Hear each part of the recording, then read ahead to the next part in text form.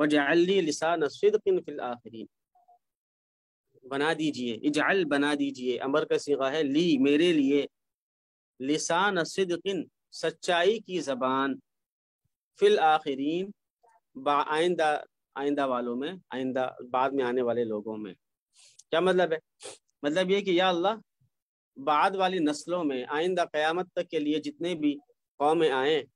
تو ان کے اندر میرے لیے ایسی زبانیں پیدا فرما دے جو میری سچائی کی گواہی دے۔ تو یہ ایک بہت زبردست دعا ہے، اور اس دعا سے اندازہ ہوتا ہے کہ ایک آدمی اللہ تعالیٰ سے یہ دعا مانگ سکتا ہے کہ یا اللہ مجھے اچھی شہرت عطا فرما، مجھے نیک نامی عطا فرما، اور مجھے ایسی نیک نامی عطا فرما کہ صدیوں تک میرا نام قائم دائم رہے اور لوگ میری تعریف کریں۔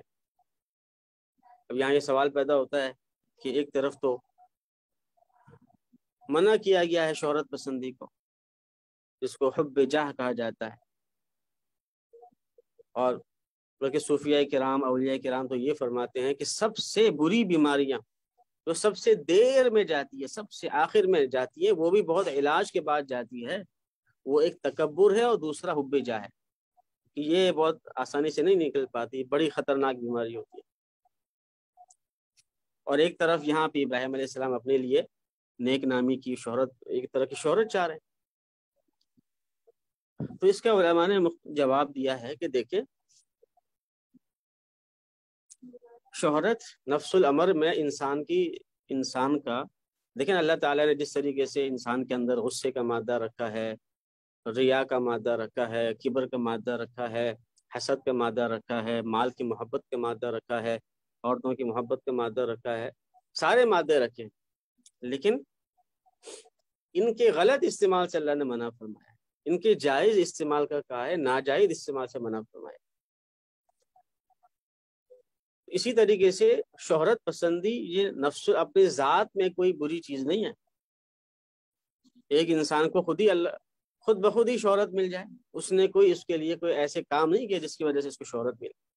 بلکہ لوگوں کے اندر خود ہی نیک نامی اس کی ہو رہی ہے، اس کے بغیر کسی ایسے فعل کے، تو یہ تو اچھی بات ہے۔ اور ایک نیک آدمی کو اس طرح کی شہرت ملے تو بہت اچھی بات ہے، کہ اس سے دنیا و آخرت میں بڑے اس کے فائدے ہیں، دنیا کے بہت سے مسائل حل ہوتے ہیں، اور بہت سے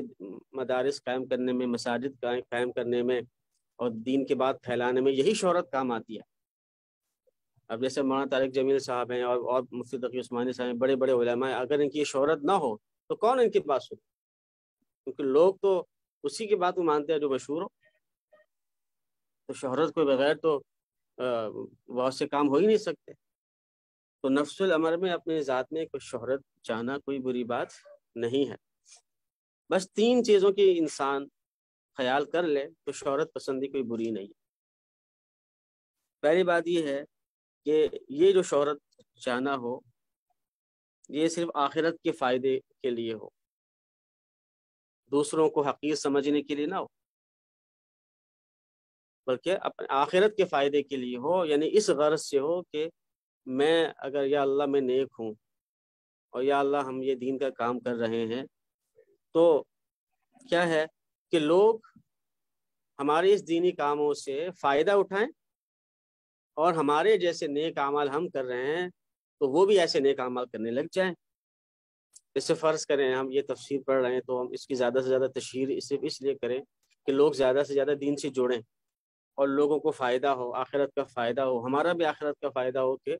بہت سارے ہمارے جو ہے ثواب حاصل کرنے کا ذریعہ ہمارے لیے صدقہ جاریہ بن جائے۔ تو پہلی شرط یہ ہے کہ شہرت یا اپنی تشہیر کرنا، اپنی شہرت کو چاہنا کس غرض سے ہو؟ آخرت کے فائدے کے لیے ہو، اپنی دوسروں کو چھوٹا کرنا مقصد نہ ہو۔ دوسری شرط یہ ہے کہ جھوٹی تعریفیں حاصل کرنا مقصد نہ ہو، جس کو ہم کہتے ہیں، کیا کہتے ہیں، مبالغہ، کسی کی مدح سرائی کرنا، ناجائز مدح سرائی کرنا۔ تو ناجائز مدح سرائی اور جھوٹی ثنا مقصد نہ ہو۔ اور تیسرا یہ ہے کہ اس شہرت پسندی سے مداہنت اختیار نہ کرنی پڑے، یعنی کہ ایسا نہ ہو کہ دین کے کاموں میں جو غلط کام ہے اس کو بھی آپ صحیح کہہ رہے ہیں، تو مداہنت اختیار نہ کرنی پڑے، یا جب یہ تین شرائط پائے جائیں تو پھر ایسی شہرت کوئی بری نہیں ہے۔ بلکہ ایک حدیث میں آتا ہے اللہ کے نبی صلی اللہ علیہ وسلم نے دعا فرمائی، اللہم اجعلنی فی عینی صغیرہ وفی اعین الناس کبیرہ، یا اللہ مجھے اپنی نظر میں چھوٹا بنا دے اور لوگوں کی نظر میں بڑا بنا دے۔ تو اب دیکھا جائے تو یہ بھی تو کیا ہے، اسی طرح کی دعا ہے، اور لیکن یہ جو دعا ہے یہ دعا ہی اس مسئلے کو حل کر دیتی ہے، کہ وہ دعا کیا فرمائی کہ اللہ میرے اندر تکبر نہ ہو، میں اپنے آپ کو بڑا نہ سمجھوں، میں اپنی مدح سرائی نہ چاہوں، لیکن لوگ کیا ہے لوگ مجھے نیک سمجھیں اور اچھا سمجھیں، لوگوں کی نظر میں ایک نام ہو میرا، تو ظاہر ہے اس میں کوئی بری بات نہیں ہے۔